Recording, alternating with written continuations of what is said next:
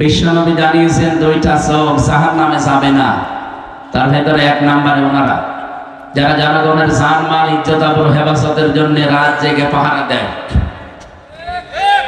ওনারা যদি দায়িত্ব পালন না করে কি অবস্থা দাঁড়ায় আপনারা আগস্টের 6, 7, 8 তারিখ আমরা টের পেয়েছি, এখনো টের পাচ্ছি, মানে এখনো আমরা স্বস্তিতে অন্তত পুরা নিরাপত্তায় নেই। কারণ সম্পূর্ণ নিরাপত্তা পাওয়ার জন্য যে কাজগুলো আঞ্জাম দেওয়া দরকার এখনো সেই কাজ এ দেশে শুরু হয়। নিরাপত্তা, স্বস্তি, শান্তি এগুলো দেওয়ার একচ্ছত্র মালিকানা প্রশাসনে। একটু জোরে বলে। আর আল্লাহ দেবে কাদের? আল্লাহ পাক বলেন আল্লাযীনা আমানু ওয়া লাম ইয়ালবিসু ঈমানাহুম বিযুলমিন উলাইকা লাহুমুল আমন ইলা আখির আয়াত। সূরা আনআম 7 নম্বর পারা 17 নম্বর পৃষ্ঠার 1ম নম্বর লাইনের 82 নম্বর আয়াতের প্রথম অংশে আছে। এটা তাফসীরে ফি জিলালিল কোরআন থেকে বলছি। আল্লামা সাইয়্যিদ কুতুব রাহমাতুল্লাহ আলাইহি লিখেছেন আল্লাযীনা আমানু, যারা ঈমান আনে, ওয়া লাম ইয়ালবিসু ঈমানাহুম বিযুলমিন, এবং তাদের ঈমানের সাথে যারা শিরিক এবং জুলুম মিশ্রণ করে না। এখানে জুলুম মানে শিরিক। তাদের ঈমানের সাথে যারা শিরিক মিশ্রণ করবে না, আল্লাহ পাক উলাইকা মানে চাঙ্গুলের এভাবে ইশারা দিয়ে জানিয়েছেন এরাই, উলাইকা লাহুমুল আমন, আমি আল্লাহর পক্ষ থেকে নিরাপত্তার হকদার। কোরআনে কারিমে সূরা ইউনূসের ভেতরে আমি পড়েছি সুম্মা নুনাজ্জিল্লাযীনা তাকাও, সুম্মা নুনাজ্জিল্লাযীনা তাকাও ওয়া নাযারুজ যালিমিনা ফিহা জিসিয়া। সূরা মরিয়মে আছে। কিয়ামতের দিন যেদিন আল্লাহ পুলসিরাত মানুষকে পার করতে দেবেন, এটা পুলসিরাতের আয়াত। আপনারা অনেকে পুলসিরাত সংক্রান্ত আয়াত খুঁজে পান না, যে পুলসিরাতের আয়াত কোরআনে। সেদিন একজন বলছিল যে না, কোরআনে মনে হয় পুলসিরাতের কোনো আয়াত নেই। সূরা মরিয়ম এটা ৭০, ৭১, ৭২ এই আয়াতগুলো পড়বেন, দেখবেন পুলসিরাত সংক্রান্ত বিষয় এখানে আলোচনা করা আছে। কিয়ামতের দিন আল্লাহ পুলসিরাতটা বানিয়ে দেবেন জাহান্নামের উপর দিয়ে। মিজানে যখন আপনার সবকিছু শেষ হয়ে যাবে কর্মকাণ্ড, এরপরে আপনাকে জান্নাতে আল্লাহ প্রবেশ করানোর জন্য এই ব্রিজটা পার হওয়া লাগবে, এই সেতুটা। এটা তো আর যমুনা সেতু, পদ্মা সেতুর মতো না, এত বড় লম্বা হবে, চুলের মতো চিকন হবে, আর হীরার মতো ধার হবে। আর এরকম ৬-৭ কিলোমিটার, ৮ কিলোমিটারও না। পৃথিবীতে এত বড় সেতু কোনো জায়গায় নেই। ৩০,০০০ বছরের মতো রাস্তা। আল্লাহ তাআলা বলেন ওয়া ইন মিনকুম ইল্লা ওয়ারিদুহা কানা আলা রাব্বিকা হাতমান মাকদিয়্যা সুম্মা নুনাজ্জিল্লাযীনা তাকাউ ওয়া নাযারুজ যালিমিনা ফিহা জিসিয়া। অবশ্যই তোমাদেরকে আমি পুলসিরাত পার করাবো। এই পুলসিরাত পার করানোর সময় যাদের ঈমানের সাথে জুলুম, শিরিক এগুলো মিশ্রণ ঘটে নাই, তাদেরকে আমি বাঁচিয়ে দেব। আর যাদের শিরিকের গন্ধ পাওয়া যাবে, এদের বাঁচানো না, এরা কেটে কেটে জাহান্নামের ভেতরে পড়বে। আকাদিমনা ইলা মা আমিলু মিন আমালিন ফাজআলনাহু হাবাআম মানসুরা। এটা আছে সূরা ফুরকানের 23 নম্বর আয়াতে। কিয়ামতের দিনে শিরিক মিশ্রিত আমল ওর মুখের উপরে ধূলিকণার মতো নিক্ষেপ করা হবে। বলেন নাউযুবিল্লাহ। এই আয়াত থেকে যেটা প্রমাণ পাওয়া যায়, যদি কেউ আল্লাহর পক্ষ থেকে স্বস্তি, নিরাপত্তা পেতে চায়, মাস্ট বি তাকে তার ঈমান, শিরিক এবং জুলুম মুক্ত করা লাগবে। আমাদের যা ঈমান, আমাদের ঈমানকে আর শিরিক যুক্ত করার জন্য বহু কায়দা কৌশল চলছে। আমি সামনে যাবো ইনশাআল্লাহ। 2 নম্বরে জুলুম, এটা তো আরো মারাত্মক। তাহলে আমার যে কথা ছিল, ওনারা নিরাপত্তা দেওয়ার জন্য রাত জেগে জেগে পাহারা দিচ্ছি। আমি এখান থেকে কুষ্টিয়া পর্যন্ত যেতে কমপক্ষে 5 থেকে 6 জায়গায় এ ভাইদেরকে পাওয়া যাবে। ওই মানুষগুলো সারা রাত জেগে আছে, পাহারা দিচ্ছে। এই জন্য যারা জনগণের জানমাল ইজ্জত আবরু হেফাজতের দায়িত্বে আছেন, এই চাকরিটা শুধু চাকরি না, এটা একটা ইবাদত।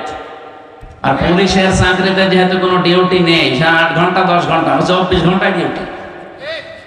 ওনারা যদি টয়লেটে বসে থাকে, যদি ডাক দেয়, আমার মনে হয় ওই অবস্থায় চলে আসে। কারণ আমার দোলাভাই পুলিশ, আমার চাচা পুলিশ, বাবাও ছিল এক সময়, এখন আর নেই। এজন্য আমি ওনাদের কাজ কারবার কাছ থেকে দেখেছি, বহু কষ্ট স্বীকার করা লাগে এই কাজগুলোতে। এজন্য এই চোখটা যেন আল্লাহ জাহান্নামের আগুনে না জ্বালান, সেরকম কাজকর্ম তাদের জীবনে করার তৌফিক আল্লাহ দান করে। কিন্তু পুরাটা জীবনই ওনাদের ইবাদত, 24 ঘন্টা ইবাদতের ভেতরে আছে। 2 নম্বরে ওই চোখ জাহান্নামে যাবে না যারা রাতের বেলা নিজের গুনার কথা স্মরণ করে কাঁদে। এখানে 2 প্রকার মানুষই আমরা আছি, ওনারাও আছে। এখানে রাত জেগে গুনার কথা স্মরণ করে কন্দন করা মানুষ নেই। সুতরাং আমরা 2 প্রকার চোখই নিয়ে এখানে বসে আছি। এই চোখ দিয়ে আজকে আল্লাহ কোরআনে কারিমের কিছু কথা দেখতে চান, কান দিয়ে শুনতে চান। আল্লাহ আমাদের তৌফিক দেন, বলেন আমিন। আমি যে কথা তুলেছিলাম ওইদিকে যাবো ইনশাআল্লাহ। দল মত জাতি বর্ণ ধর্ম নির্বিশেষে আজকের এই অনুষ্ঠান, এটাকে শুধু মুসলমানদের জন্য সাজিয়েছেন না, অন্য ধর্মের যদি কেউ এসে থাকে, নাকি এই থানায় অন্য ধর্মের মানুষ নেই? আছে। অন্য ধর্মের কেউ যদি এসে থাকেন, আপনাকে ওয়েলকাম জানাচ্ছি। আমার যতটুকু বাস্তবতায় আমি দেখেছি, আমার মনে হয় কোনো মানুষ যে ধর্মই মেনে চলুক, ও যদি একটু বিবেকটা কাজে লাগায়, তাহলে পৃথিবীর 4500 ধর্ম আছে, কোন ধর্মে তার এই বিবেকে সাই দেবে না যে আমি থাকি। শুধু বলবে, টেনে আসবে যে আমি এই পৃথিবীর শান্তির ধর্ম ইসলামে যেতে চাই। কয়েকদিন আগে যশোরে এক কলেজের অধ্যাপক, বিসিএস ক্যাডার, ওনাকে বলেছিলাম যে স্যার, আপনাকে মুসলমান হওয়া লাগবে। আপনি শুধু আমাদের ধর্মীয় গ্রন্থে কোরআন শরীফটা একটু বুঝে বুঝে পড়বেন। আপনি বাংলায় পড়েন, ইংরেজিতে পড়েন, যেভাবেই হোক বুঝে পড়বেন। 3 মাস পরে দেখি আল্লাহর বান্দা মুসলমান হয়ে গেছে। ওনারা জিজ্ঞাসা করলাম, আপনি 3 মাসের সময় নিলেন না হঠাৎ? বলছে, আমি কোরআন শরীফের পুরাটা আমি আনাকম জানাকম পড়ি না, বুঝে বুঝে পড়েছিলাম। পুরাটা পড়ার পরে আমার বিবেক আর মানে না। আমি দেখলাম যে আমার ধর্মে যেটা 12 মাসে 13 পূজা করি আমরা, আমার দেবতার কোনো অভাব নেই। 33 কোটি দেবতা আমাদের। কত? আপনি যদি ওনারে বলেন যে স্যার একটা নাম বলেন তো, কয়টা? মনে হয় 33টার নামও বলতে পারবেন। অথচ এখানে আমরা মক্তবে যারা পড়ে, এদেরকে জিজ্ঞাসা করেন আল্লাহর নাম কয়টা, অন্তত 99টা তো বলবে, বলবে না? আল্লাহর নাম কয়টা? না, 5000-5000-এর উপরে আমরা তাফসিরে পড়েছি। আল্লাহর নাম 5000-এর উপরে। আমরা 99টা কায়দায় পেয়েছি, তো এটাই বলে। এইটাও অন্তত যারা মক্তবে 1-1.5 বছর 2 বছর পড়ে, ওদের একেবারে ঠোঁটস্থ থাকে, মুখস্থ না, ঠোঁটের আগায়। আর মক্তবে যারা শুরু করে, তাদেরকে এই নামের গুণাগুণগুলো শিক্ষা দেওয়া হয় যে রব মানে সৃষ্টিকর্তা, রব মানে প্রতিপালক, রব মানে আইনদাতা, রব মানে অভিভাবক, রব মানে উকিল। 19টা অর্থ কমপক্ষে শেখানো হয়। যারা মক্তবে পড়ান তারা অবশ্যই জানেন আল্লাহর প্রত্যেকটি নামের গুণাগুণ তাকে বোঝানো হয় যে সামনে এরকম কিছু আসবে তোমার জীবন। আল্লাহ রাব্বুল আলামিন কোরআনে কারিমে জানিয়েছেন, সিবগাতাল্লাহ ওয়া মান আহসানু মিনাল্লাহি সিবগাতা ওয়া নাহনু লাহু আবিদুন। আমার রঙে রঙিন হও, আমার চাইতে উত্তম রং পৃথিবীতে আর কারো আছে? আল্লাহর রং কি? কালো, সাদা, কি? এই যে নামগুলো নিয়েছেন, এই নামগুলোর বৈশিষ্ট্য আমাদের ভেতরে আল্লাহ দেখতে চান। আমার আল্লাহর নাম হচ্ছে খালেক, তিনি সৃষ্টিকর্তা। তিনি কি? বলেন বলেন। তিনি শুধুমাত্র সৃষ্টি করেন এতটুকু না, সূরা মরিয়ম তাহার ভেতরে আছে তিনি সৃষ্টি করার পরে ওই সৃষ্টি চলতে যা লাগে ওই পথটা তিনি শুধু দেখাতে পারেন, অন্য কেউ পারে না। যেন এখান থেকে একটা বিষয় আমরা আপনাকে এখানে রেকর্ড হচ্ছে, তো সারা দুনিয়া যাচ্ছে, এটা অলরেডি লাইভ চলছে। সারা পৃথিবীর যারাই দেখেন আল্লাহকে, যারা রব সৃষ্টিকর্তা এই শব্দে বিশ্বাস করে, তাদের জীবনে এই শিরিকটা যেন না আসে যে সৃষ্টিকর্তা অন্য কেউ হতে পারে। আমরা দুঃখজনক হলেও সত্য, যেহেতু বলা লাগছে, আমাদের যিনি পালিয়ে গেল উনি একবার বলেছিলেন যে এই ফসলে বরকত হওয়ার পর বলেছিলেন মা দুর্গা গজে চড়ে এসেছে, এই জন্য ফসলে বরকত হয়েছে। ফসলে বরকত সৃষ্টি করে কি আল্লাহ না দুর্গা? অন্য হিন্দু যদি বলতো আমি জীবনে কিছু বলতামই না, সে একটা হাজি মানুষ। এরপর একজন মুসলমান বলেন তো ওনার মুখে কথা মানার? আল্লাহর সেই গুণ, আপনি সেই গুণটা কার ভেতরে দিয়ে দিচ্ছেন টের পাচ্ছেন না যে কি বলছেন আপনি। এখানে শিরিক যারা করে ওই এলাকাকে আল্লাহ রাব্বুল আলামিন নিরাপত্তার বেষ্টনীর বাইরে ফেলে দেন। এজন্য আমরা চাই আমাদের ব্যক্তি, পরিবার, সমাজ, রাষ্ট্র, আমাদের এই দেশটা নিরাপত্তা দিয়ে রাখুক চীন, ভারত, আমেরিকা, এই কে? আমরা আল্লাহর নিরাপত্তা চাই। যেন আল্লাহর পক্ষ থেকে যদি সত্যি আপনি নিরাপত্তার বেষ্টনীতে থাকতে চান, ঈমান যতটুকু আছে এটার ভেতরে যেন শিরিক মিশ্রণ না হয়। শিরিক কি? আল্লাহ যেটা পারে ওইটা অন্য কেউ পারে, এই বিশ্বাস করার নাম শিরিক। কি কথা বলছেন? পৃথিবীতে আল্লাহ যেটা অন্তত পারে ওইটা অন্য কেউ পারে না। যদি কেউ বিশ্বাস করে না আমার এই ভগবান পারে, এমনকি আমার এই পীর সাহেবও পারে, আপনি কিন্তু শিরিক করে ফেলেছেন। আর শিরিক করলে আপনি মুশরিক। কি বলেন বলেন? আর মুশরিক হলে তার জন্য আল্লাহর বানানো জান্নাত হারাম, আর বানানো জাহান্নাম ওয়াজিব। আমরা তো জাতিকে বাঁচাতে চাই অন্তত জাহান্নাম থেকে। আর জাহান্নাম যদি নাও পায়, আল্লাহ যেন জান্নাতের একটু বারান্দায়ও জায়গা দেয়। এই কথা বলেন না? জান্নাতে এরকম একটা অনুষ্ঠান আল্লাহ নিজেই করবেন, আর নিজে থাকবেন সভাপতি, বিশ্বনবী হবেন প্রধান অতিথি। যারা জান্নাত পাবে তারা থাকবে শ্রোতা, অন্য কেউ ঢুকতে পারবে না। দাউদ আলাইহিস সালাম নিজের কণ্ঠ দিয়ে সূরা তাহা তেলাওয়াত করে অনুষ্ঠান উদ্বোধন করবেন। আমাদের নবী সূরা রহমান থেকে তেলাওয়াত করবেন। আর মহান রব্বুল ইজ্জাত ওয়াল জালাল নিজের কণ্ঠ দিয়ে সূরা ইয়াসিন তেলাওয়াত করে তার ওই জান্নাতি শ্রোতাদেরকে শোনাবেন। 50,000 সানা মিম্মা তাউদ্দুন। আমরা 1, 2, 3 করে যেভাবে গণনা করি, জান্নাতে আল্লাহর কুদরতের কণ্ঠে এক একটা আয়াত শুনতে সময় লাগবে 50,000 বছর। জান্নাতের যত নিয়ামত আছে মানুষ ভুলেই যাবে। আমাদের কপালে আছে কিনা আমরা জানি না, তবে আমরা আশা করতে পারি আল্লাহ যেন ওই ময়দানে আমাদের শ্রোতা হিসাবে একটু জায়গা করে দেন। বলেন বলেন আমিন।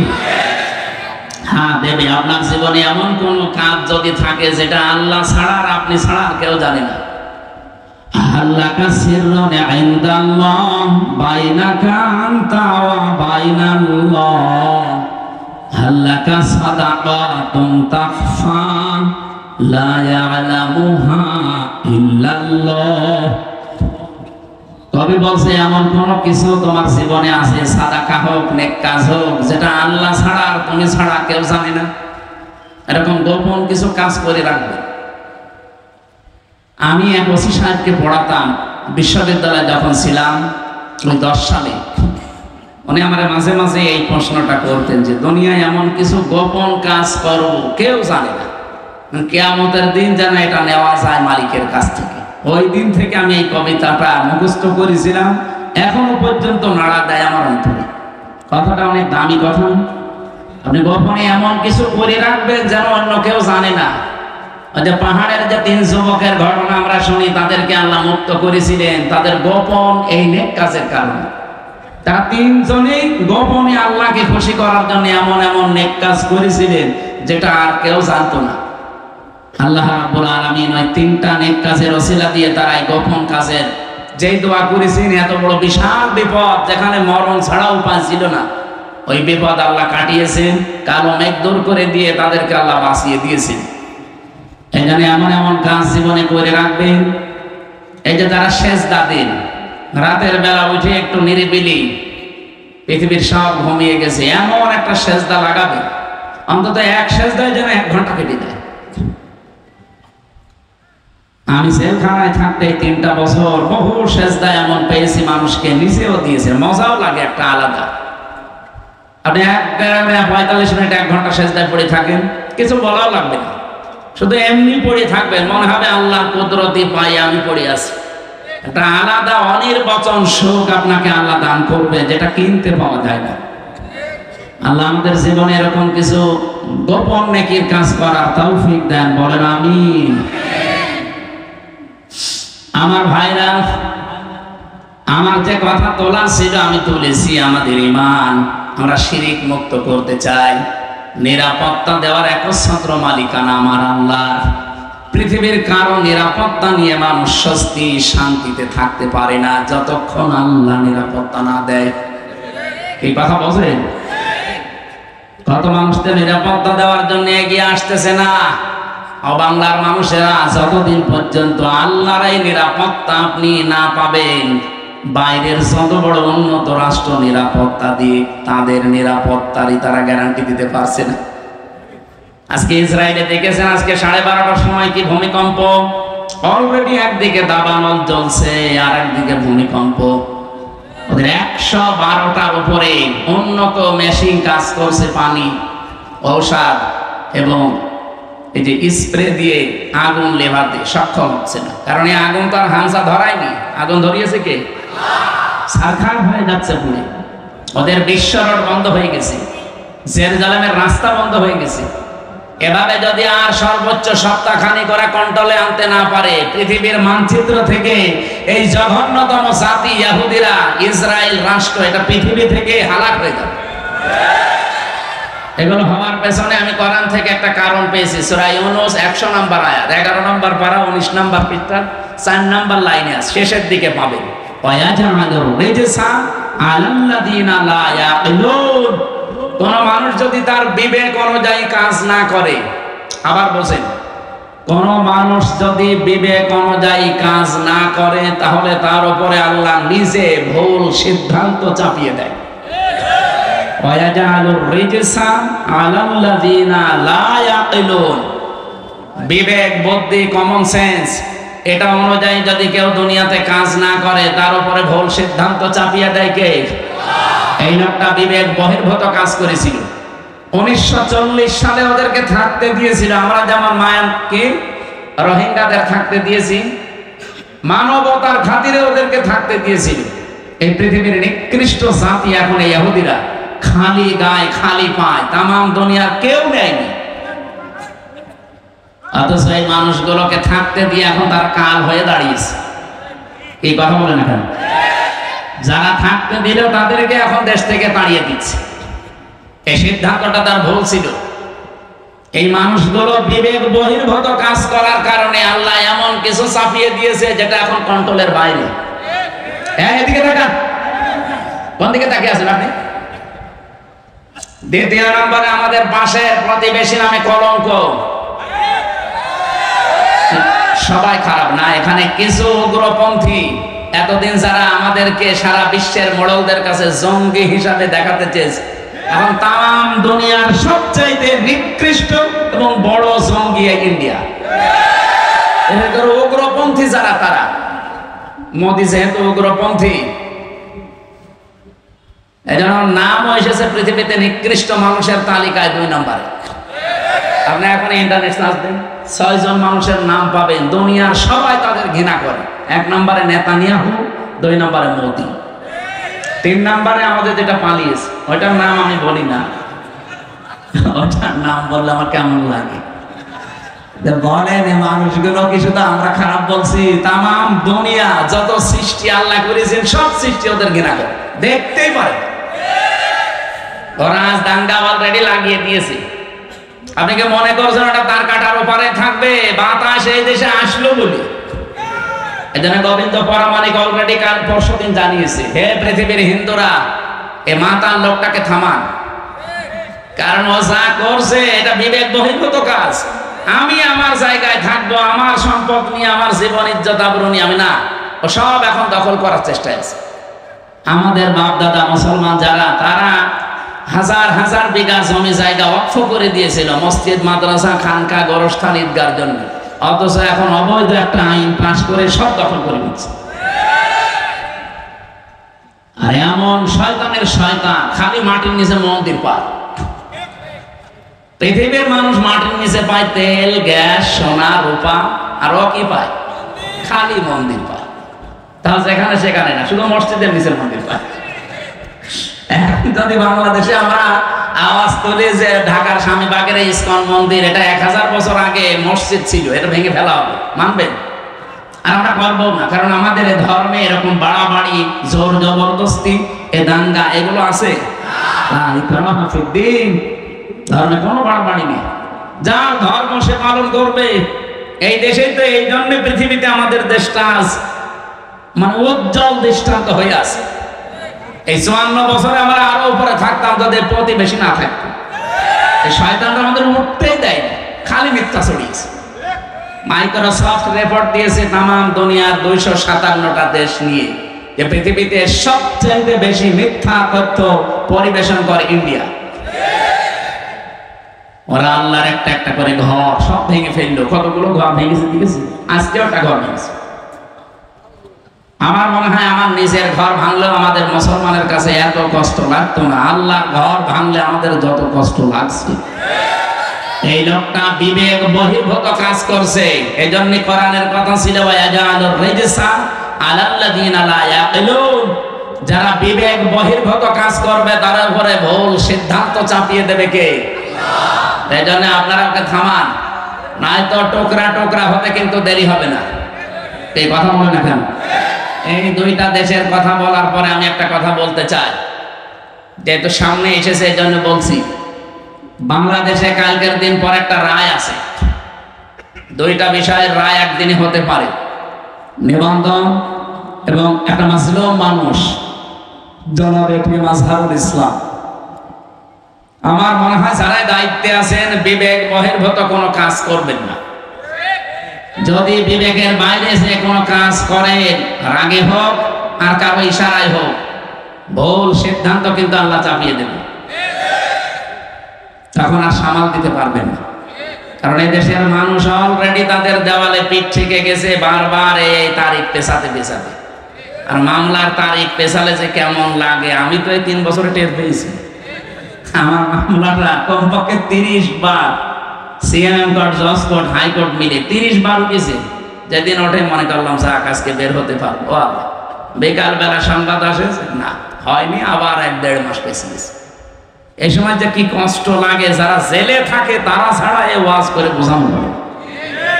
মাত্র কয়েকবার ভোলার এই লোকটাকে বারবার ধরাচ্ছে, এমনকি 6 তারিখে ডেট দিয়ে এখন আবার ফের 8 তারিখে। আমার মনে হচ্ছে এরা যদি বিবেক বহির্ভূত কাজ এবার করে না, এবার সামাল এরা দিতে পারবে না। আমার কথা আমি সবাইকে জানাচ্ছি, আগামী 8 তারিখে কালকের দিন পর আমরা চাই এই মাজলুম মানুষটাকে নিঃশর্তভাবে খালাস করে দেওয়া। এই মাজলুম মানুষটা বেকার 13 বছর জেলে আছে। যে সমস্ত সাক্ষী, এগুলো পৃথিবীর অষ্টম আশ্চর্য বিষয়। 6.5 কিলোমিটার দূর থেকে নাকি সাক্ষী দিয়েছে, 3 কিলোমিটার, কেউ 2.5 কিলোমিটার। ওর চোখে কি স্বপ্নের চোখ লাগানো ছিল, তাও তো সম্ভব না। এই জন্য বাঙালিকে আর হাইকোর্ট দেখাবেন না, বিবেক বহির্ভূত কোনো কাজ যেন এদেশে আর না হয়। আমি 318 পৃষ্ঠা পড়লাম এই 3 দিনে। এটা নারী কমিশন যেটা জমা দিয়েছে, এর ভেতরে প্রায় কোরআনের 13টা আয়াতের ওরা ভুল ধরেছে। আরে 13টা আয়াত কেন, 13টা অক্ষরও তো বাদ দেওয়া কোরআন থেকে সম্ভব না। এই কথা বলেন না কেন?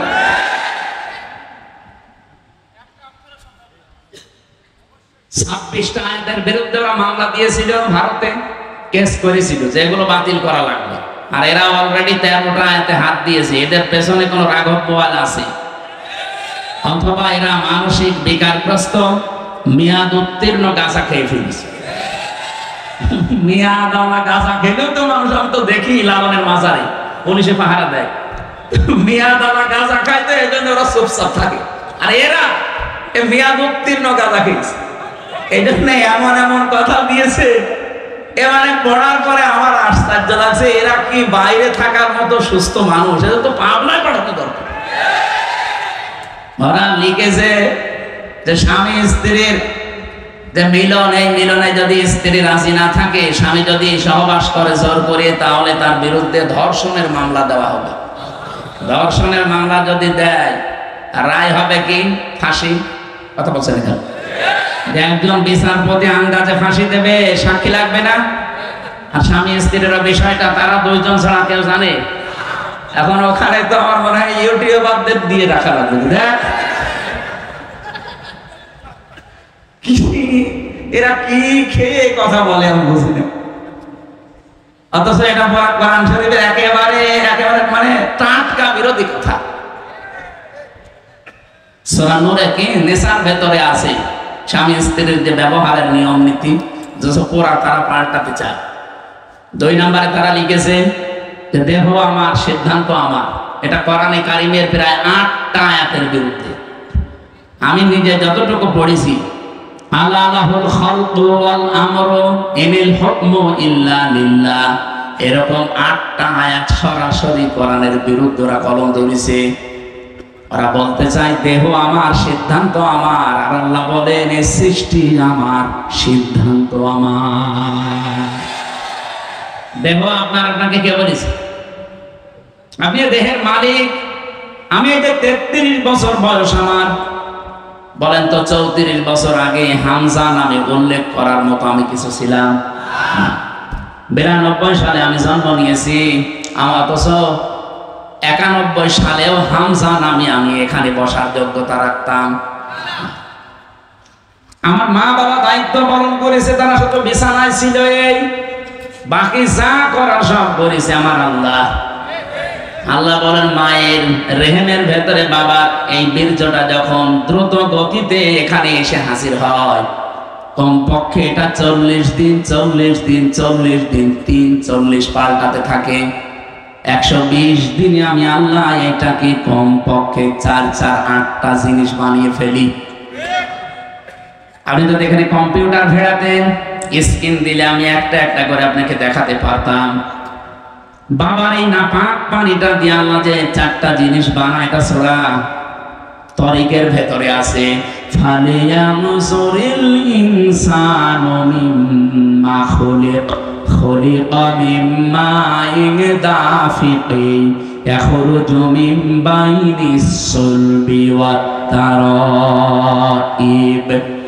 এক একটা শব্দ যদি ভেঙে ভেঙে আপনি অর্থ করেন, দেখবেন সুলবুন 1 বছর দিয়েছেন, তারাইব দিয়েছেন বহু বছর। আমি এটা বাইবেল, কোরআন এবং সায়েন্স, ডক্টর মরিস বোকাইলের লেখা আয়াতের তাফসীর পড়তে গিয়ে উনি খুব সুন্দর করে বিজ্ঞানের ব্যাখ্যা দিয়েছেন। পড়ার পরে আমার মনে হচ্ছিল এতদিন আমি যেভাবে পড়েছিলাম, এটা পড়ে কোরআন শরীফ একেবারে হাতে কলমে জিবরাইল আমারে শেখাচ্ছে। বাবার এই নাপাক পানিটা যখন যেতে থাকে, বিজ্ঞান এখন দেখাচ্ছে কম্পিউটার দিয়ে কমপক্ষে 40,000 হামজা তৈরি হওয়ার ক্ষমতা রাখে 1 ফোঁটা বীর্য। মায়ের জরায়ুর যে দেওয়াল আছে, এখানে ধাক্কা লেগে হয়তো অনেকে পড়ে যায়, যেতে পারে না ওই রেহেম পর্যন্ত। হয়তো কারো 1টা যায়, 2টা যায়, 5টা যায়। এই পৃথিবীতে 13টা পর্যন্ত সন্তান জন্ম দিয়েছে এক মহিলা ক্যালিফোর্নিয়ায়। এর উপরে আর কেউ পারে নাই। বলেন তো 40,000 মানুষ একটা ফোঁটার ভেতরে আমার আল্লাহ লুকিয়ে রেখেছে। যদি মায়ের পেটে জায়গা থাকতো, আমার আল্লাহ 40,000 সন্তান ওখান থেকে বের করত। আমি ওই দিন থেকে যে প্রতিযোগিতা আরম্ভ করেছি, আমাকে কেউ হারাতে পারে নাই। আমার নিজেরই ভাই বোন কিন্তু 40,000-এর ভেতরে মাত্র আমি হামজা একা বেঁচেছিলাম। বাকি 39,999 জন সব ওই দেওয়ালের সাথে ধাক্কা লেগে মরে গেছে। আল্লাহ পাক ওখানে আমাকে নিয়ে প্রথম 40 দিনে সুম্মা খালাকনান নুতফাতা আলাকাতান ফাখালাকনাল আলাকাতা মুদগাতান ফাখালাকনাল মুদগাতা ইযামা ইলা আখির আয়াত। সূরা মুমিনুনের ভেতরে আছে। আল্লাহ পাক বলেন আমি নিজে ওইটা দিয়ে 4টা জিনিস বানাই: চুল, রগ, হাড় আর পর্দা। আর মায়ের রেহিমের যে কারারিম মাকিন বলা হয়, যেখানে হাতের স্পর্শ লাগে না, এই জায়গায় একটা থলি আছে, নাপাক পানির থলি। এইটা দিয়ে আমি আল্লাহ 4টা জিনিস বানাই: রক্ত, গোশত, চর্বি আর চামড়া। 8টা জিনিস এক হয় 120 দিনের ভেতরে। তখন আমি আল্লাহ নিজের পক্ষ থেকে কমপক্ষে 5টা জিনিস আমার বান্দার জন্য দান করি। وَجَعَلَ لَكُمُ السَّمْعَ وَالْأَبْصَارَ وَالْأَفْئِدَةَ إِلَى آخِرِ আয়াত। এই তথ্যটা আছে সূরা নাহলের ভেতরে 14 নম্বর পারা, 14 নম্বর পৃষ্ঠা, 13 নম্বর লাইনের 78 নম্বর আয়াতের মাঝের অংশে আছে। আল্লাহ বলেন, শ্রবণ শক্তি, দর্শন শক্তি, বাক শক্তি, আকেল শক্তি আর ঘ্রাণ শক্তি, এই 5টা আমি আল্লাহ আমার রব নামের কারণে করে ভিক্ষা দিয়েছি। যদি একটা কম দিতাম, দুনিয়ায় তুই আসতিস, কিন্তু পূর্ণাঙ্গ হয়ে না, অপূর্ণাঙ্গ হয়ে। বলেন তো, রব নামের কারণে যে 5টা জিনিস আল্লাহ দয়া করে আমারে দিলেন, যদি দর্শন শক্তি না দিত তাহলে আমি আসতাম কিন্তু কানা হয়ে। অনেক কানা মানুষ আসে না? বলেন বলেন। আল্লাহ পাক যদি বাক শক্তি না দিত, কথা বলা, তাহলে আমি আসতাম কিন্তু বোবা হয়ে। আমাকে যদি আল্লাহ শ্রবণ শক্তি না দিত, আমি আসতাম কিন্তু কালা হয়ে। যদি আকেল শক্তিটা না দিত, আসতাম কিন্তু পাগল হয়ে। অনেক পাগল আসে না? তখন আমাকে স্বাভাবিকভাবে স্টেজে ওঠা দূরের কথা, প্রধান অতিথি, বিশেষ অতিথি, ওসি সাহেব দূরের কথা, মানুষ বলতো না, এখান থেকে কানা, পাগল। স্টেজের ধারে পাশে পাগল কানারে আসতে দিত। একটুখানি এই জায়গায় নিজেকে নিয়ে ভাবেন, আল্লাহ কি দয়া আপনার উপরে করলেন। এই জন্য মানুষের ওই দুর্বল জায়গায় আল্লাহ পড়া কোরআনে যেখানেই উনি ইঙ্গিত দিয়েছেন, এমন শব্দ ব্যবহার করেছেন যেটা আল্লাহরও বিশ্বাস হতে চায় না। সূরা বাকারা 27 নম্বর আয়াতে দেখবেন, 28 নম্বর আয়াত আল্লাহ রাব্বুল আলামিন বলেন, কাইফা তাকফুরুনা বিল্লাহি ওয়া কুনতুম আমওয়াতান ফাআহইয়াকুম সুম্মা ইউমীতুকুম সুম্মা ইউহয়ীকুম সুম্মা ইলাইহি তুরজাউন। মানুষ আমার সাথে নাফরমানি করে কি করে? আমার বিধান মানতে চায় না, ও এত সাহস পায় কি করে? এই জন্য আল্লাহ শব্দ শুরু করার আগে কাইফা দিয়েছেন। এখানে যারা আরবি গ্রামার বোঝেন, যারা বালাগাত মানতে পড়ে পড়ায়, ওদের জিজ্ঞাসা করেন কাইফা শব্দটা কমপক্ষে 29টা অর্থে ব্যবহার হয়। আমি সামারাইজ করে 19টা অর্থে পেয়েছি। এর ভেতরে 13 নম্বর একটা কায়দা বালাগাত মানতে কে আছে। কাইফা শব্দ সেন্টেন্সের আগে ব্যবহার করা হয় এই জন্যে যেটা আল্লাহর বিশ্বাস হতে চায় না।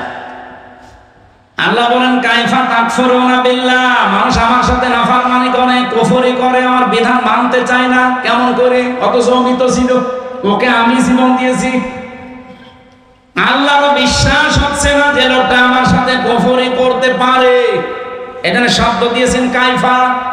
এজন্য মানুষ আমরা যখন কুফরি করি, আল্লাহর নিয়ামতের শুকরিয়া আদায় না করে নাফরমানি করি, তখন আল্লাহ আশ্চর্য হয়ে থাকে যে কি এও আমার সাথে নাফরমানি করতে পারে, অথচ কি ছিল? মৃত ছিল। বলে বলে ওখান থেকে আমি আল্লাহ 6 মাসের পরে ওরে জীবন দিলাম। বিজ্ঞান এখন দেখাচ্ছে মানুষের মায়ের পেটে 6 মাসের আগে পর্যন্ত কিন্তু জীবন দেওয়া হয় না। এর আগে বিভিন্ন স্ট্রাকচার তৈরি করা হয়। 360টা হাড় দিয়েছেন আল্লাহ, জোড়া দিয়েছেন, 9768 প্রকার চামড়া দিয়েছেন শরীরে। এক এক জায়গার চামড়ার গুণাগুণ এক এক রকম। কমপক্ষে আপনার বিভিন্ন জায়গায় যে চামড়াগুলো আছে, চামড়ার সাথে এমন কিছু সেট করা আছে, এই যে শুধু এই চামড়াটুকুতে 153টা রগ দেওয়া আছে, রেখা। পৃথিবীর আজ পর্যন্ত কোন মানুষের এই জায়গাটা একজন আর একজনের সাথে মেলে নাই, কিয়ামতের আগে মিলবেও না। 153টা রেখা যদি কেটে যায়, তবে আপনার দেখবেন ঠিক হয়ে যাবে। আমার এই জায়গাটায় ছোটবেলায় একবার কাজ ঢুকে নষ্ট হয়ে গিয়েছিল। আমি পরে সাপ নিয়ে দেখেছিলাম যে না, ঠিক হচ্ছে না। কিছুদিন পরে দেখে আগেরটায় আবার ফিরে গেছে। তাহলে এইটা কিয়ামতের আগ পর্যন্ত আমার সাথে 153টা রেখার কারণ মিলছে না, মিলবেও না। এর পেছনে একটা শক্তি কাজ করছে, তিনি কে? শুধুমাত্র জহব্বা বানিয়েছেন আল্লাহ। যে জহব্বা বলা হয় জিবা, বিজ্ঞান এখন এই জহব্বা নিয়ে গবেষণা করে জানিয়েছে এর ভেতরে কমপক্ষে 2 কোটি আস্বাদন স্তর আছে, স্বাদ নেওয়ার স্তর আছে। এই পৃথিবীতে যত বড় রেস্টুরেন্ট হোক, রেস্তোরাঁ হোক, হোটেল হোক, 2 কোটি খাবার রান্না হওয়ার কোন হোটেল আপনি পেয়েছেন? হ্যাঁ, আমি এই বয়সে আমার মনে হয় কতগুলো দেশ আমি ঘুরে আসলাম, পৃথিবীর কোন উন্নত দেশেও এত প্রকার খাবার আমি পাইনি। সর্বোচ্চ খাবার পেয়েছি 180 প্রকার। এতে গাজীপুরের কাপাসে একটা হোটেল আছে নিরিবিলি, তোতামিয়া। ও খাবার রান্না করে 180 প্রকার পর্যন্ত খাবার হোটেলে আমি পেয়েছি। একটা মাহফিল দিয়েছি, বললাম খাবার দেন তো কি কি আছে দেখি। এটা কি? কাঁঠালের পাতা ভর্তা। কাঁঠালের পাতা ভর্তা বলে এর একটা তরকারি, আর এইটা বাঁশের পাতা ভর্তা। মানে সারা দুনিয়া কুড়িয়ে মাত্র 180 প্রকার, আর আমার জহব্বার ভেতরে আল্লাহ স্বাদ নেওয়ার স্তর দিয়েছেন কত? 2 কোটি। কিয়ামত পর্যন্ত দিলেও তো স্বাদের স্তর শেষ হবে না। এই স্তরটা আল্লাহ দেয় কখন? বিজ্ঞান এখন জানাচ্ছে কমপক্ষে যখন 6 মাস হয়ে যায়, 6 মাসের পরে তখন আপনার ভেতরে আল্লাহ রূহ দেয়। এটা আল্লাহর সিদ্ধান্ত। রূহ কি? আল্লাহর হুকুম বা সিদ্ধান্ত। ওরা যে বলছে সিদ্ধান্ত আমার, দেহ আমার, আরে ভাই দেহ আপনার না, সিদ্ধান্ত আপনার না। এ দেহ বানিয়েছে যে শুরু থেকে কে বলেন তো? আরো জোরে বলেন। মা বাবার কে দায়িত্ব ছিল? সূরা ওয়াকিয়ার ভেতরে আছে, ওরা শুধু বিছানায় ছিল, এই শেষ। বাকি যা করছে ওখান থেকে, সেই বীর্য থেকে হামজা পর্যন্ত কে? 6 মাস পরে যখন ক্ষুধার উদ্রেক দেখা দেয়, আল্লাহ পাক তখন নিজে খাবার সরবরাহ করার জন্য, তার যে রাজ্জাক নামটা আছে, ওই রাজ্জাক নামের কারণে দুনিয়ার কোনো খাবার দিলে তা আপনি হজম করতে পারবেন না, কারণ আপনার দাঁত নেই। আছে? এটা মায়ের মাসিক অসুখ বন্ধ করে দিয়ে ওই নাপাক রক্তটা আল্লাহ মুখ দিয়ে দেয় না, নাভির ভেতর দিয়ে পাস করে আমাকে বাঁচিয়ে রাখে। নবীকে বলেন আল্লাহ মুখ দিয়ে না দিয়ে নাভি দিয়ে দিয়েছে কেন জানো? পৃথিবীতে আল্লাহর বান্দারা এসে জানো এই মুখ দিয়ে কোনো নাপাক জিনিস ভেতরে না দেয়। আমরা আল্লাহর এমন বান্দা আছে, আল্লাহ মায়ের পেটের ভেতরে মুখটা পবিত্র রেখে দিয়েছে, নাপাক রক্ত মুখ দিয়ে দেয়নি, নাভি দিয়ে দিয়েছে। অথচ এসে এখানে কত মানুষ এই মুখে নাপাক জিনিস দেয়। বলেন তো, সুদের টাকা আর ঘুষের টাকা এটা পাক না নাপাক? এখানে কত মানুষ বসে আছে, টাকা ছেড়ে রাখে আর টাকা আসে। এটা কি বলে না? এটা আরেকটা নাম আছে।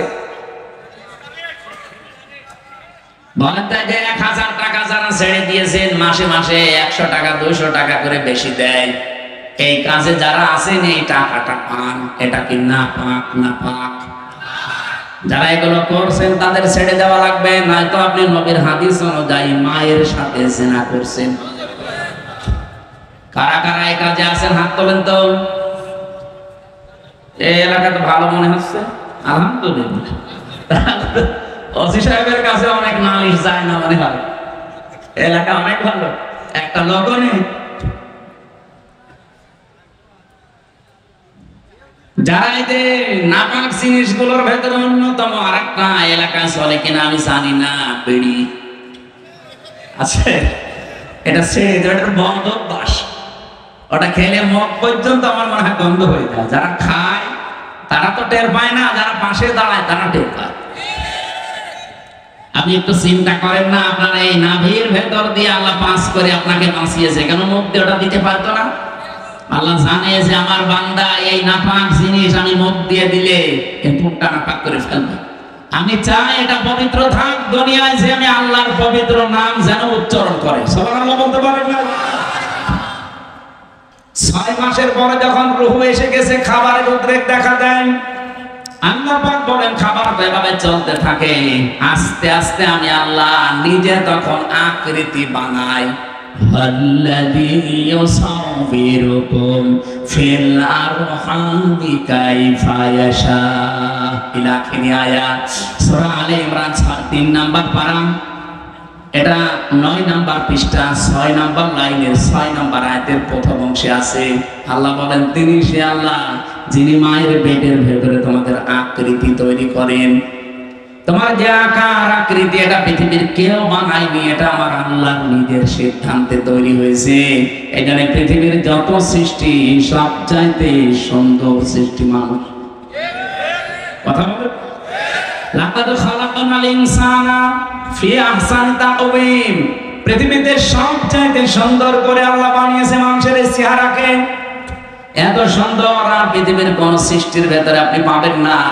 কিন্তু এই সুন্দর চেহারার মানুষগুলো যখন নিচে নামতে থাকে, সুম্মা রাদাদনাহু আসফালা সাফিলিন, এরা এত নিচে নামে যে পশু পাখি পর্যন্ত এত নিচে নামে না।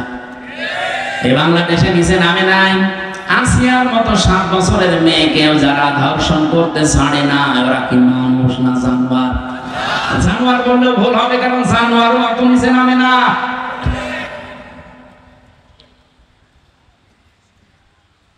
কোরআনে কারিমের সূরা এটা বনি ইসরাইলের ৭০ নাম্বার আয়াতের প্রথম অংশে আছে, 15 নম্বর পারা 8 নাম্বার পৃষ্ঠা প্রথম নাম্বার লাইনে আছে। এটা আমি শিক্ষা দেওয়ার জন্য বলছি। ওয়ালাকাদ কাররামনা বনি আদম, আল্লাহ পাক বলেন বনি আদম সন্তানকে আমি আল্লাহ সম্মানিত করেছি। কে? আরো জোরে। বনি আদম সন্তান হলেই হবে, সে কোন ধর্ম মানে ওটা তার ব্যাপার, কিন্তু বনি আদম সন্তানকে আমি সম্মান দিয়েছি। আল্লাহ এখানে বলেন না যে আমি মুসলমান সন্তানকে সম্মান দিয়েছি, না। বনি আদম সন্তান যারা মানুষ পদবাচ্য বিবেচিত যারা, তাদের সম্মান দিয়েছে কে? এতে দুঃখজনক হলেও সত্য, এই বাংলাদেশে এই সম্মানিত সৃষ্টি মানুষের সম্মান নিয়ে সবচাইতে বেশি ছিনিমিনি খেলা হয়েছে। ৫৪ বছর তো বটে, 15.5 বছর আরো বেশি। আমরা চাই আগামীতে এই সম্মানিত সৃষ্টি আল্লাহ যাদের সম্মান দিলেন, এই বনি আদম সন্তানের সম্মান নিয়ে কেউ যেন ছিনিমিনি খেলতে না পারে। আমার কথার অর্থ আপনি বুঝেছেন? আপনি না বুঝলেও এরা বুঝেছে। আগামীতে কেউ যেন এদের সম্মান নিয়ে ছিনিমিনি খেলতে না পারে, সেই ব্যবস্থা করা লাগবে। যারা এই ব্যবস্থা ভেঙে দিয়েছিলেন, ওইটা আবার জোড়াতালি দেওয়া লাগবে। আল্লাহর কথা তো অনেক ওজন, আপনি টের পাননি, আমি অনেক ভেতরে চলে গেছি। এই সম্মানিত সৃষ্টির সম্মান আমরা চাই, এদের শান্তি, স্বস্তি, নিরাপত্তা, কল্যাণ আমার আল্লাহর পক্ষ থেকে। যে মানুষগুলো তাদের ঈমানের সাথে শিরক এবং জুলুম মিশ্রণ করবে না, তাদের জন্য। জুলুম কি? যে জিনিস যেখানে রাখা দরকার ওইটা ওই জায়গায় না রেখে অন্য জায়গায় রাখার নাম জুলুম।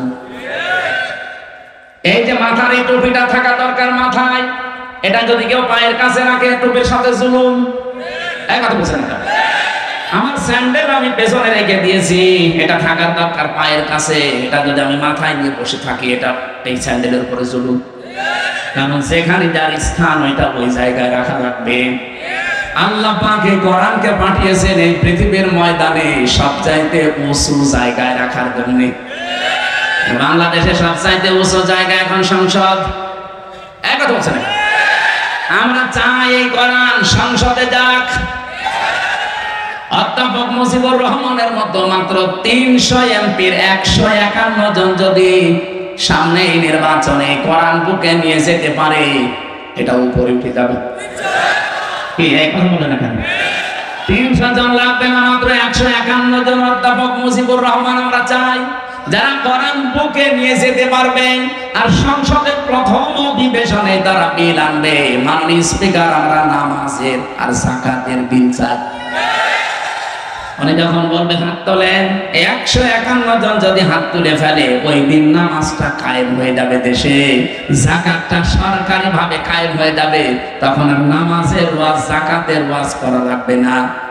ভালো কাজগুলো সব আইন পাশের মাধ্যমে চালু হয়ে যাবে, অন্যায় কাজ অবৈধ কাজ সব আইন পাশ করে বন্ধ করে দেওয়া হবে। সূরা হজের এই 40-41 নম্বর আয়াতে 4টা কর্মসূচি আছে।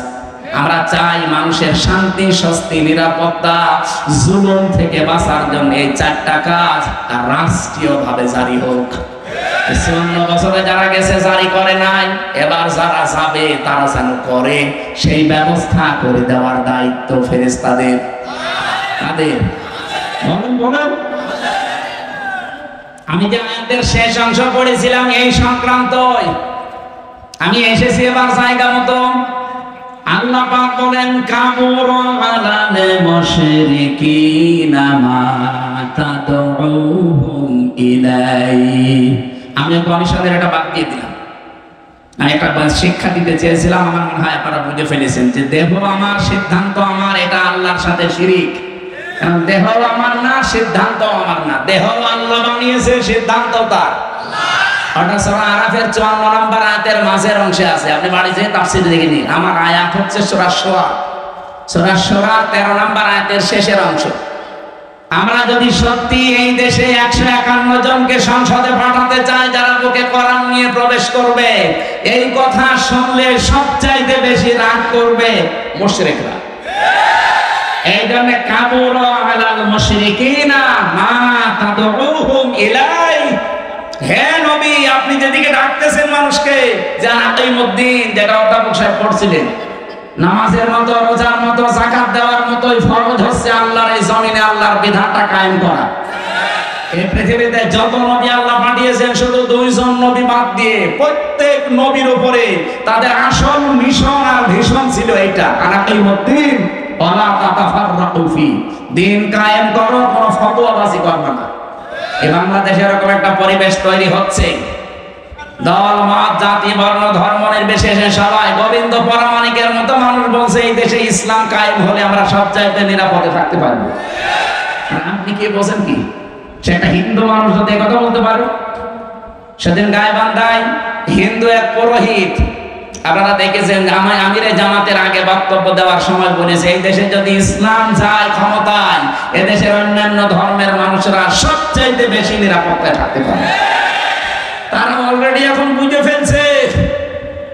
এই জন্য আমাদের জীবনের সব ফরজের বড় ফরজ এইটা হাতে নেওয়া দরকার। দিন যতদিন কায়েম না হবে ততদিন আমাদের স্বস্তি নেই। এটা কারো কাছে যদি রাজনীতি মনে হয়, হ্যাঁ এটাই আমাদের রাজনীতি। এটা যদি কারো কাছে মনে হয় যে এটা ধর্ম ব্যবসা, হ্যাঁ এটাই আমার ধর্ম ব্যবসা। কারো কাছে যদি মনে হয় এটা দুনিয়ার কাজ, হ্যাঁ এটাই আমার দুনিয়ার কাজ। কারণ আমার এই কাজ দিয়ে আমি আখিরাত তৈরি করতে চাই। আমি একা না, আমার চাইতে বড় বড় যারা, আপনি তাকান, শারা'a লাকুম মিনাদ-দীন মা ওয়াসসা বিহি। ওয়াসসা মানে কি? শক্তিশালী উপদেশ। আল্লাহ বলেন শারা'a লাকুম মিনাদ-দীন, আমি নির্ধারিত করে দিয়েছি, নির্দিষ্ট করে দিয়েছি, নির্ধারণ করে দিয়েছি তোমাদের জন্য আমার দ্বীনকে, মা ওয়াসসা বিহি। শুধুমাত্র এতটুকু বলে আল্লাহ শেষ করে দেননি। আল্লাহ বলেন আমি শক্তিশালী উপদেশ দিয়েছি নূহকে, হে নবী আপনাকে দিলাম, যেমন মুসাকে, ঈসাকে, ইব্রাহিমকে একই নির্দেশ দিয়েছিলাম।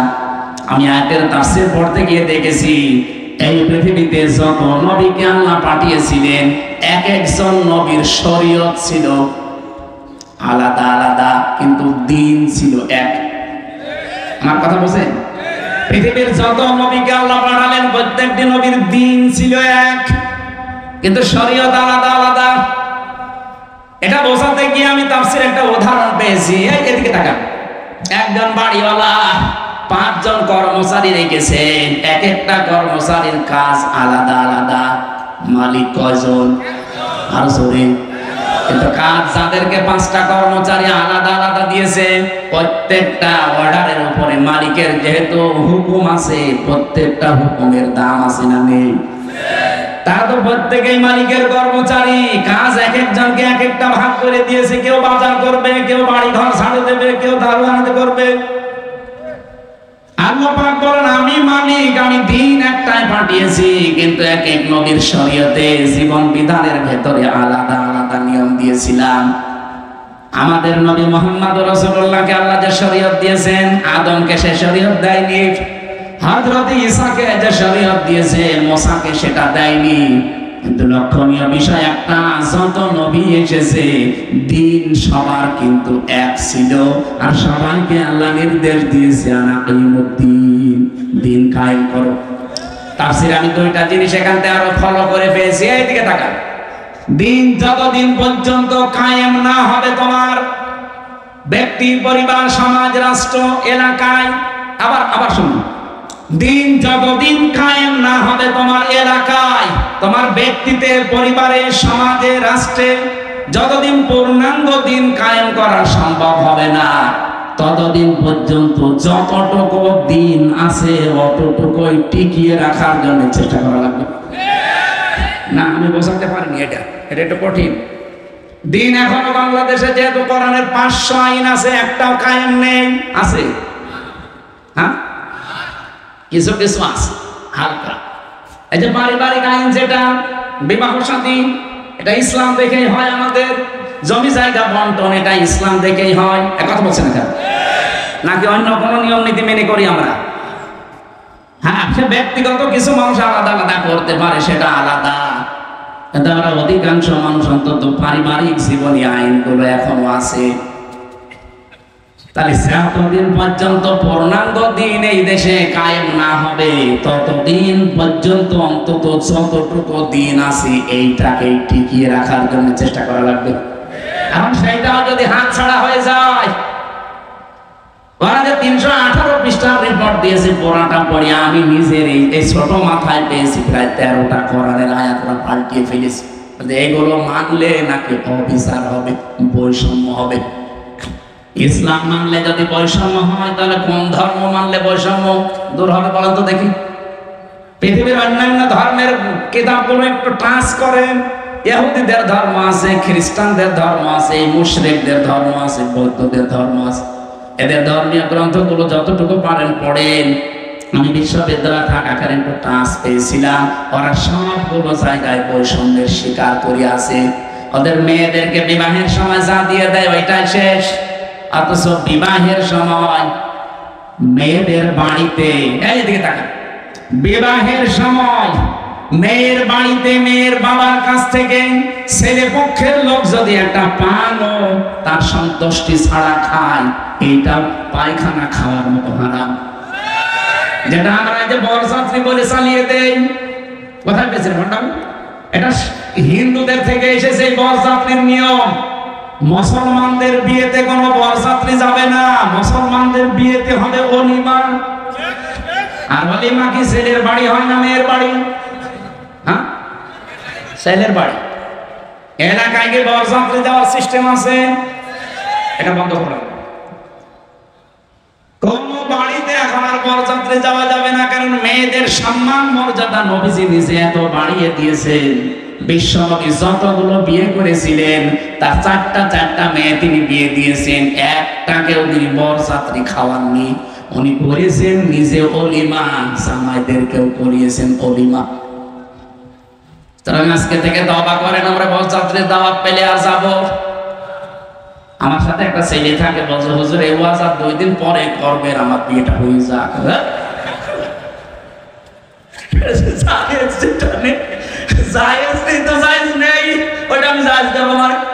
আজকে থেকে আরাম, এতদিন নাই না জেনে খেয়েছি, এখন আমরা আর খাবো?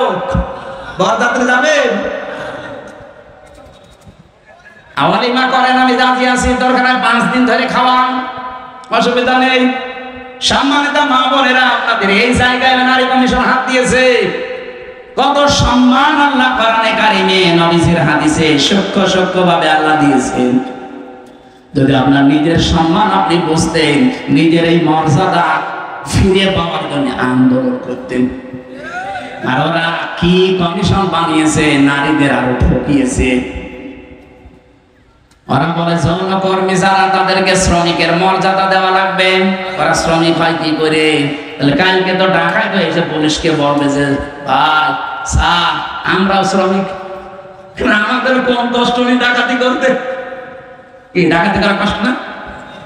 তারাও তো তাদের কাজের স্বীকৃতি চাইবে ইউনূস সাহেবের কাছে যে আমাদেরকেও স্বীকৃতি দেন, আমরাও শ্রমিক, আমাদেরও ঘাম ঝরে।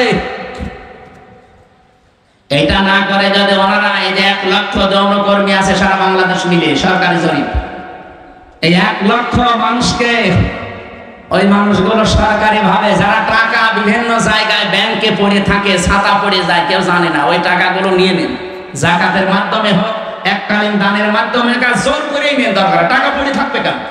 কায়লা ইয়াকুনা দৌলাতান বাইনাল আগনিয়াই মিনকুম, আল্লাহ বলেন আমি চাই না এক জায়গায় অর্থ সম্পদ টাকা পয়সা জমা হয়ে থাক, এটা ছড়িয়ে যাক, এটা কাজে লাগুক।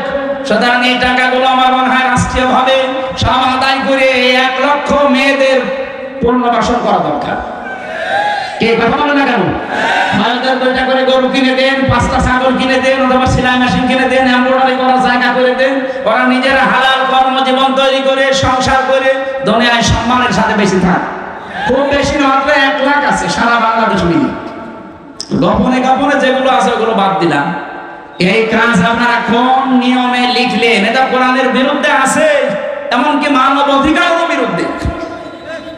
যারা এই যে রাজবাড়ী গলন্দ ঘাটে যারা কাজ করছে, যশোরে কাজ করছে, নারায়ণগঞ্জে কাজ করছে, এই মানুষগুলো যারা যায় এখানে, এরা কি মানে নিয়ম নীতি মেনে যায়? আপনারা ওসব বসবেন না, আপনাদের বলার দরকার নেই। এই কাজগুলো যারা করছেন কিছুদিন পরে দেখবেন এদের এইডস হবে। আপনি দেখেন জাতিকে ধ্বংস করার রাস্তায় নামিয়ে দিচ্ছেন। আমি আর নিচে নামতে পারতাম, নামলাম না। বাস্তবতা এটাই, মেয়েদেরকে সম্মান ওরা আসলে বোঝে না। ওরা নিজেরা তো আমার মনে হয় মেয়ে না, ওদের 10 জনের চেহারা দেখলাম টিভির পর্দায়, একটাকে আমার মেয়ে মনে হয় না। মেয়েদের তো একটা কাটিং কুটিং থাকে, এবার কোন কাটিং এর মেয়ে লোক? এখানে যারা পুরুষ মানুষ আছে, আমার মনে হয় আমি আওয়াজ দিলাম যে পুরুষ যারা পুরুষ প্যান্ডেলে আসে, মহিলা যারা মহিলা প্যান্ডেলে যান, আর যারা যে বিড়ি খেয়ে বেড়াচ্ছে ওরা কি? ওরা পুরুষও না মহিলা না, ওরা কি? হিজড়া। আমার মনে হয় 10 জন যে কমিশনে আছে এগুলো একটা মেয়েরও না পুরুষও না, ওই হাফ। এই জন্য উল্টা পাল্টা রিপোর্ট দিয়েছে। এদের রিপোর্ট মানা তো দূরের কথা, এই কমিশনই বাংলার মানুষ মানে না। কথা বলেন না কেন?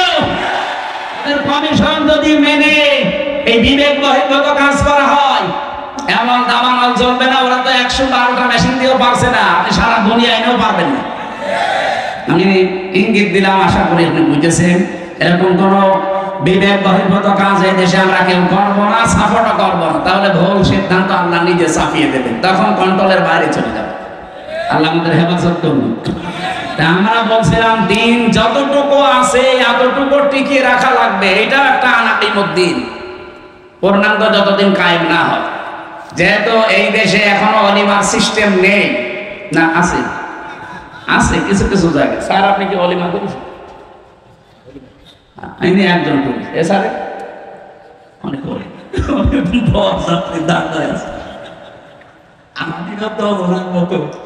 আমি বেশি মানুষ নেইনি, মাত্র 7-8 জন দিয়েছি। শ্বশুরকে বলেছি দরকার 170 জন খাওয়াই দেব। এই সময় তো বুঝতাম না। না আমরা এখন যেহেতু বুঝে ফেলেছি এই সিস্টেম, এখন মেয়ের বাপের উপরে জুলুম বন্ধ করা লাগবে। এখন থেকে আমার অলিমা শুরু হবে। বরযাত্রী খাওয়া কি জায়েজ নেই। আমার মেয়ের বাবা খাওয়াতে, কেউ মেয়ের বাবা এমন পাগল আছে যে আপনার মতো 500 পাগলকে খাওয়াবে? আমি বারবার কথা বলছি কেন, আমার মেয়ে 3টা, আমার বাসা লাগবে না। একটু ট্রেনে করলাম, অন্তত যাদের ছেলে আছে তারা এখন বুঝতে পারবে। আমি তো বেঁচে যাব। মেয়ের বাবার অনেক সম্মান। নবীজি বলেন কেউ মেয়ের বাবাকে ছোট চোখে দেখবা না, মেয়ের বাবাকে খারাপ কথাও বলবা না, কারণ আমি নবী মুহাম্মদ রাসূলুল্লাহ নিজে মেয়েদের বাবা। সুবহানাল্লাহ বলতে পারেন না? কোন ঘরে যদি একটা মেয়ে লোক আসে, সঙ্গে সঙ্গে 4 জন ফেরেশতা চলে আসে। কোন পরিবারে একটা ছেলে এসেছে, সঙ্গে সঙ্গে একটা ফেরেশতা আসবে, এই কথা হবে। আর 4 জন রহমতের ফেরেশতা এসে মেয়েটার মাথায় হাত বুলিয়ে বলে এটা দুর্বল দেহ থেকে এসেছে, এই মেয়েটাকে যারা আদর ভালোবাসা স্নেহ দেবে, দিন শিখাবে, একাদের খাওয়াবে, পড়াবে, প্রতিপালন করে সব পাত্র দেখে পাত্রস্থ করবে।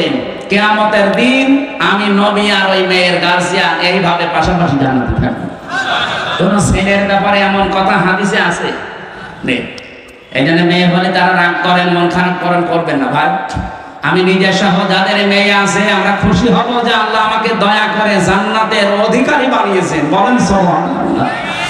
বিশ্বনবী জানিয়েছেন যার একটা মেয়ে তার একটা জান্নাত, যার দুইটা মেয়ে তার দুইটা জান্নাত, যার তিনটা মেয়ে আল্লাহ তাকে তিনটা জান্নাতের অধিকারী বানিয়ে দিয়েছেন। আল্লাহ আমাদের মেয়ে যাদেরকে দিয়েছেন এই মেয়েগুলো যেন জান্নাতে যাওয়ার মাধ্যম হয়। বলেন আমিন। কিন্তু শর্ত কয়টা? প্রথমে তাকে ভালোবাসা লাগবে, 2 নম্বরে তাকে খাবার দাবারের যে ব্যবস্থা, তার পেছনে খরচের যে ব্যবস্থা এটা করা লাগবে, 3 নম্বরে তাকে দিন শেখানো লাগবে এই পরিমাণ যতটুকু করতে পারলে সে চলতে পারে। 4 নম্বরে তাকে সব পাত্র দেখে পাত্রস্থ করা লাগবে। এই 4টা কাজ যদি কোনো মেয়ের গার্জিয়ান, বাবা হোক বড় ভাই হোক, এরা যদি করতে পারে কিয়ামতের দিন নবীজি বলেন আমি নিজে পাশাপাশি তাকে জান্নাতে ডেকে নেব। এবং যেই দিন থেকে মেয়ে ওর বাড়িতে আসবে ওই দিন থেকে কিয়ামত পর্যন্ত আল্লাহর রহমত তার সাথে থাকবে।